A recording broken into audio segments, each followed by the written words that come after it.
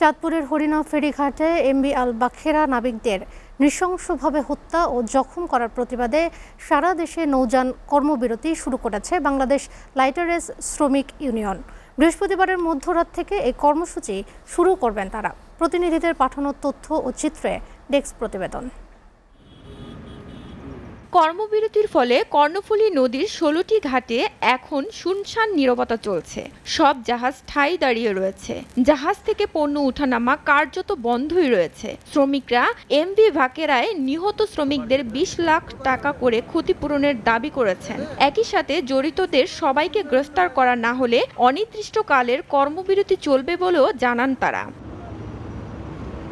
চাঁদপুরের মেঘনায় জাহাজের ৭ খুনের প্রকৃত ঘটনার রহস্য উদ্ঘাটন, বিচার, ক্ষতিপূরণ প্রদান, চাঁদাবাজি বন্ধ সহ বিভিন্ন দাবিতে কর্মবিরতি শুরু করে নৌযান শ্রমিকরা। সকল প্রকার পণ্যবাহী নৌযানে লাগাতার কর্মবিরতি কার্যক্রম থাকলেও যাত্রীবাহী নৌযানের আওতার বাইরে থাকবে বলে জানিয়েছেন নৌযান শ্রমিক ফেডারেশনের নেতা মাস্টার হারুনুর রশিদ। সরকার দ্রুতগতিতে এটা সম্পন্ন করবেন, এই দোষীদেরকে ধরে এনে আইনের আওতায় আনবেন, আর আমার কেন্দ্রীয় নেতৃবৃন্দের সাথে বসে এটা দ্রুতগতিতে সম্পন্ন করবেন। সারা দেশের মতো সিরাজগঞ্জের শাহজাদপুরের বাঘাবাড়ি নৌবন্দরে পণ্যবাহী নৌযান শ্রমিকদের কর্মবিরতি চলছে।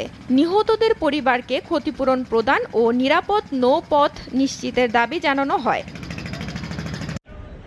একই দাবিতে বরিশালে শুরু হয়েছে অনির্দিষ্টকালের জন্য নৌযান ধর্মঘট। রাত ১২টা থেকে এই ধর্মঘট শুরু হয়েছে।